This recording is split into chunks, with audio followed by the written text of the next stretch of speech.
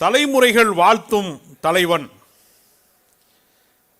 நம்மை எதிரிகள் விமர்சிக்கிற போது சொல்லுகிற ஒரே ஒரு வார்த்தை, திமுக என்கிற ஒரு இயக்கம் பரம்பரையா தொடர்ந்து கொண்டே இருக்கிறது,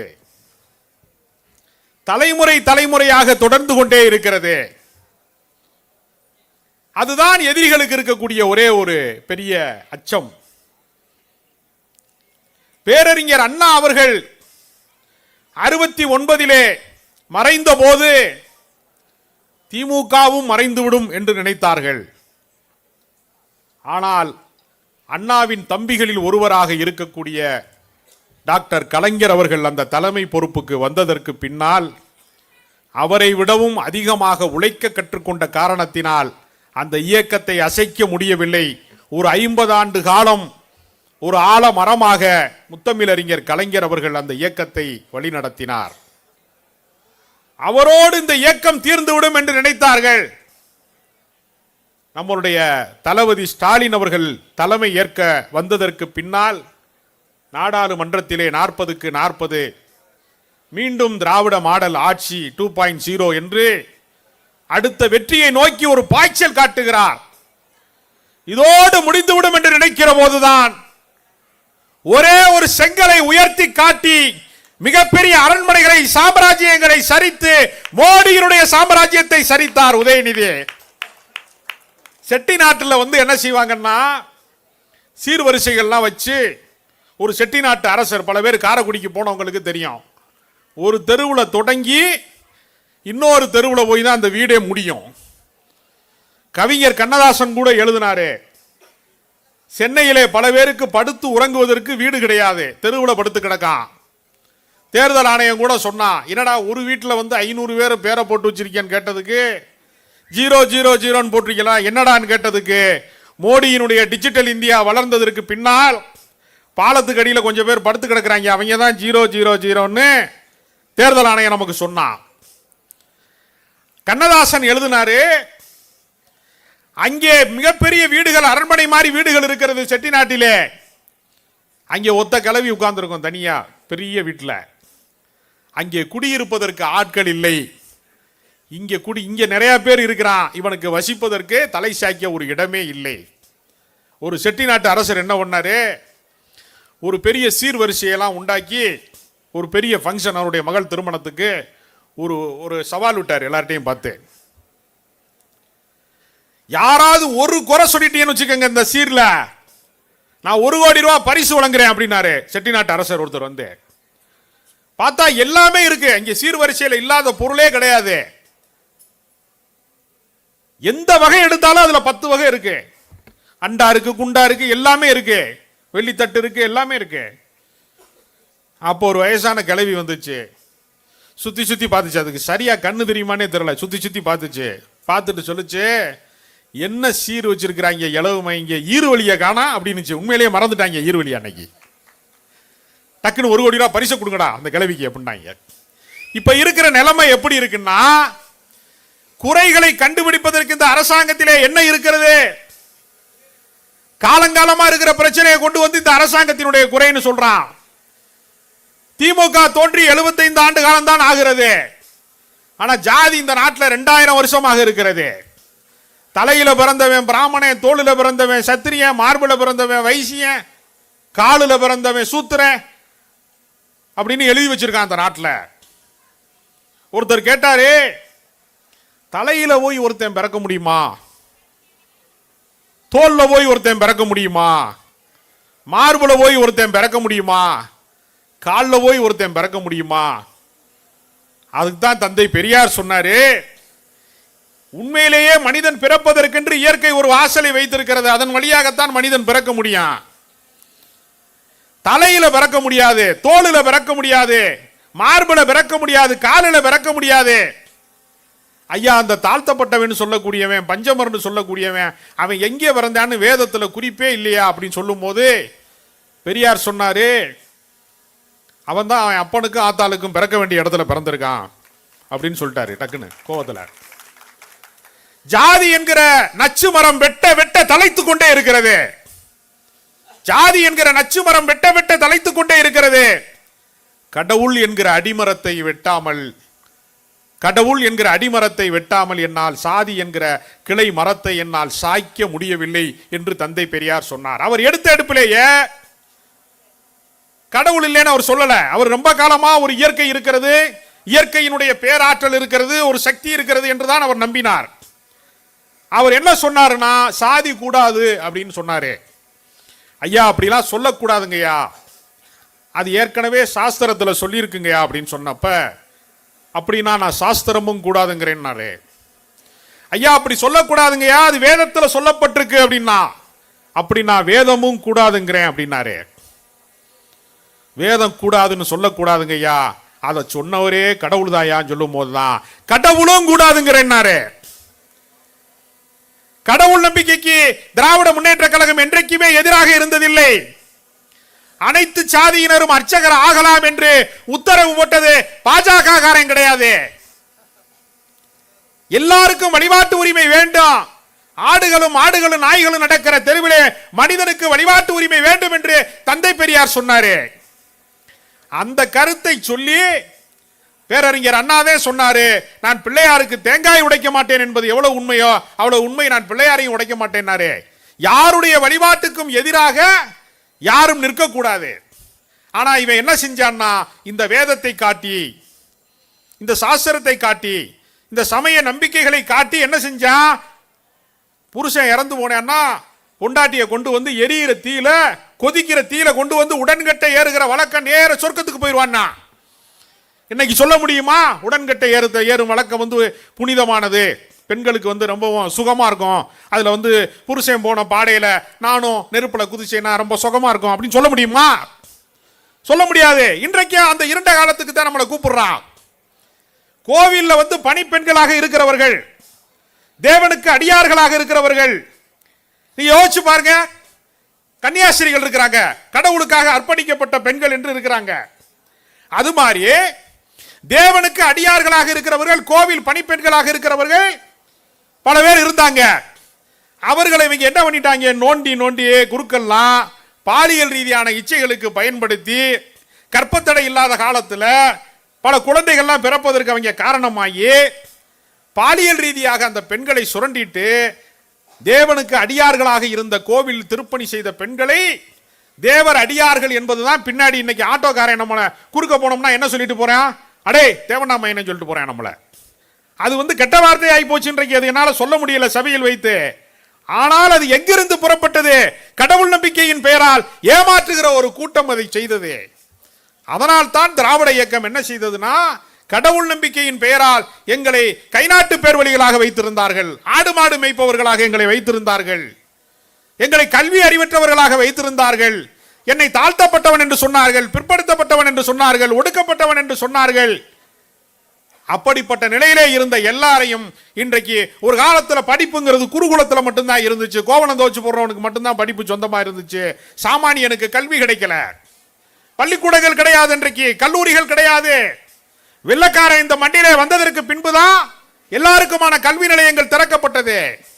அதனாலதான் அவனுக்கு ஒரு கோபம் இருக்கு, எப்பவுமே ஒரு மாறாத கோபம் இருக்கிறது. நீங்கள் எந்த மாநகரத்தில் போய் பாருங்க, முதல் கல்லூரியை எவன் உருவாக்கினான்னு போய் பாருங்க. சென்னையிலே மிக முதன்மையான கல்லூரிகளை, பழமையான கல்லூரி எதுன்னு போய் பாருங்க, லயோலா கல்லூரியா தான் இருக்கும். அது நீங்க மதுரையில போய் மிக பழமையான கல்லூரி எதுன்னு போய் பாருங்க, அமெரிக்கன் கல்லூரியாகத்தான் இருக்கும்.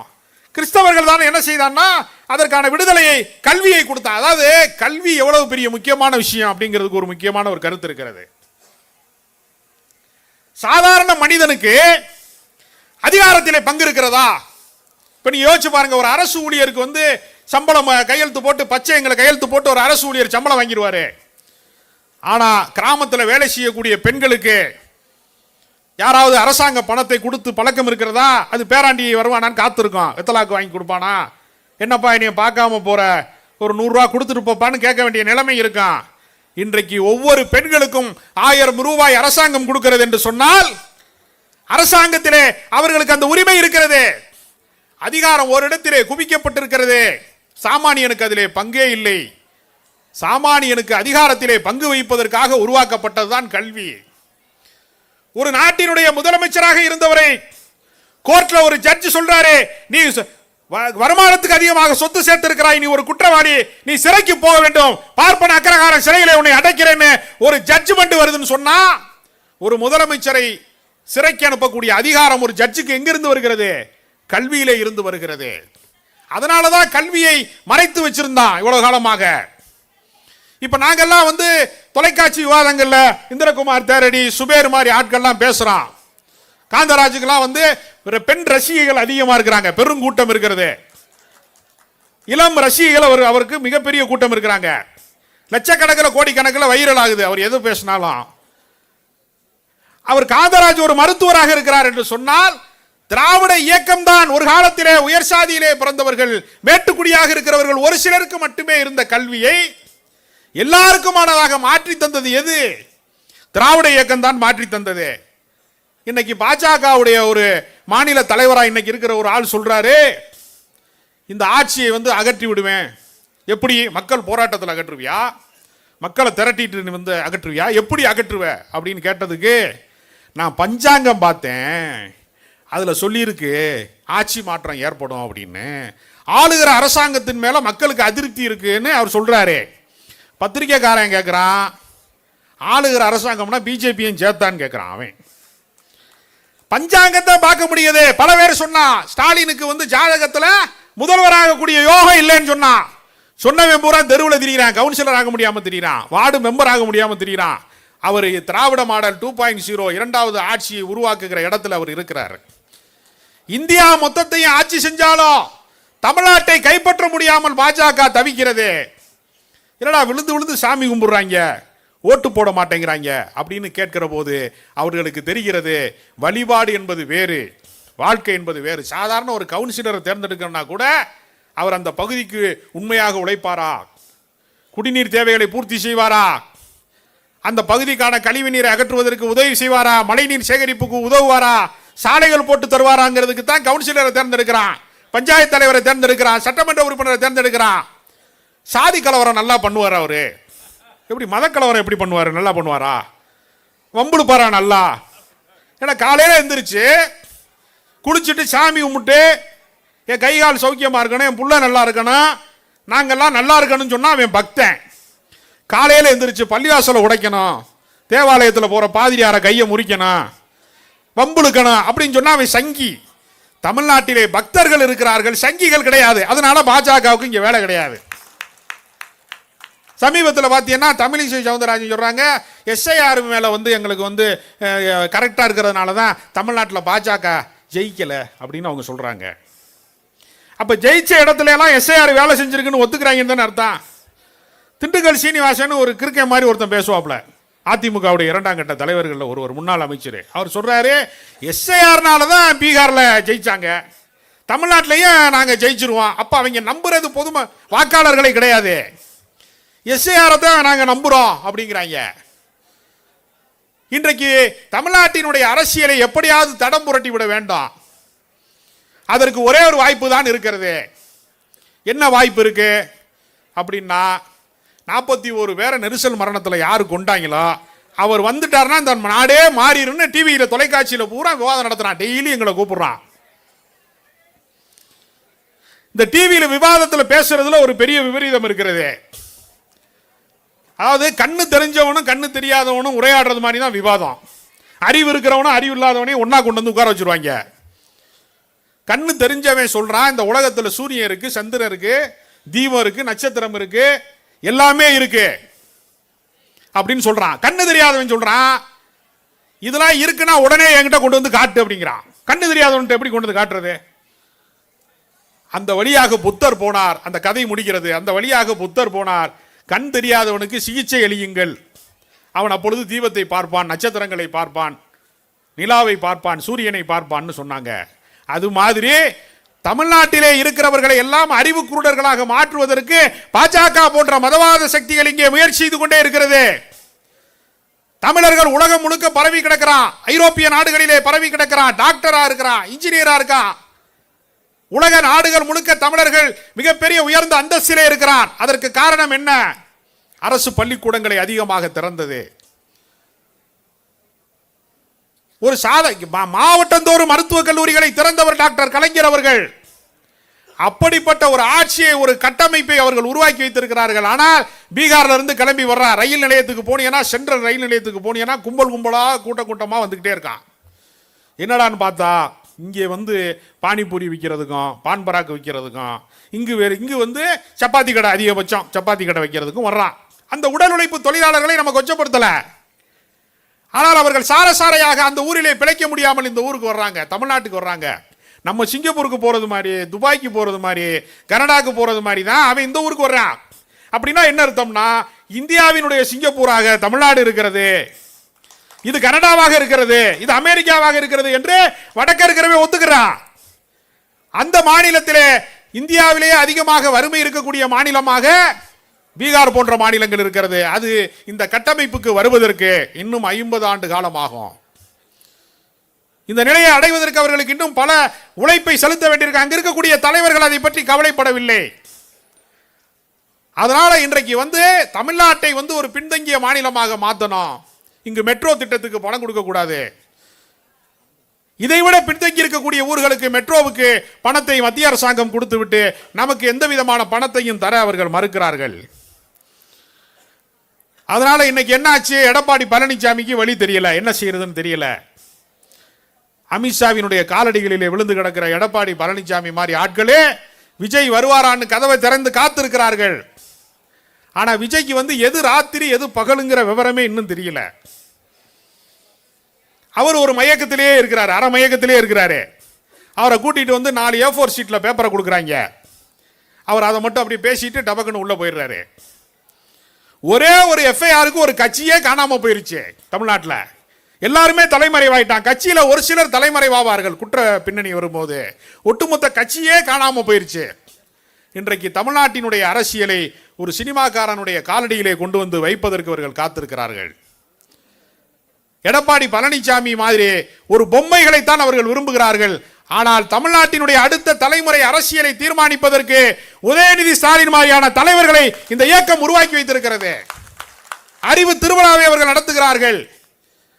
ஆனால் அறிவே இல்லாம கம்பராமாயணத்தை எழுதுனது யாருன்னு கேட்டா குழந்தைக்கு கூட தெரியும், அது கம்பர் தான் எழுதினார். அதிலே விடை இருக்கிறது. விடை தொடங்கி தான் கம்பராமாயணம்னு விடையிலிருந்து தொடங்கி தான் அது இருக்கு.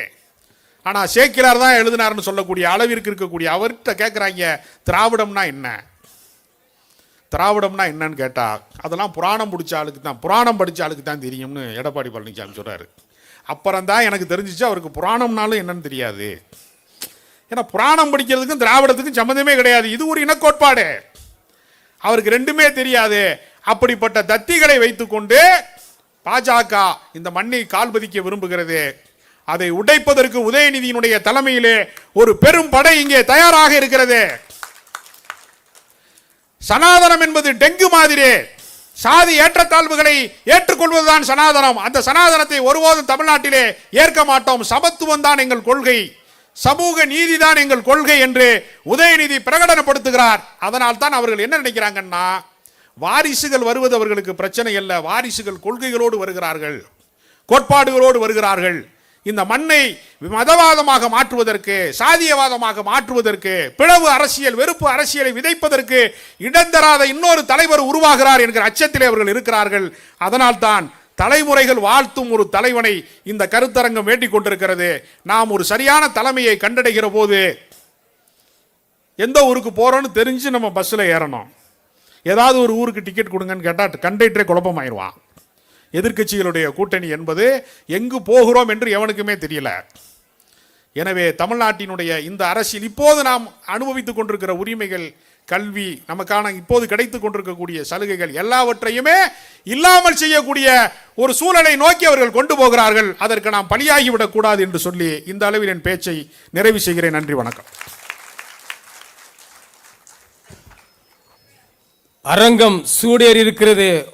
வணக்கத்திற்குரிய துணை மேயர்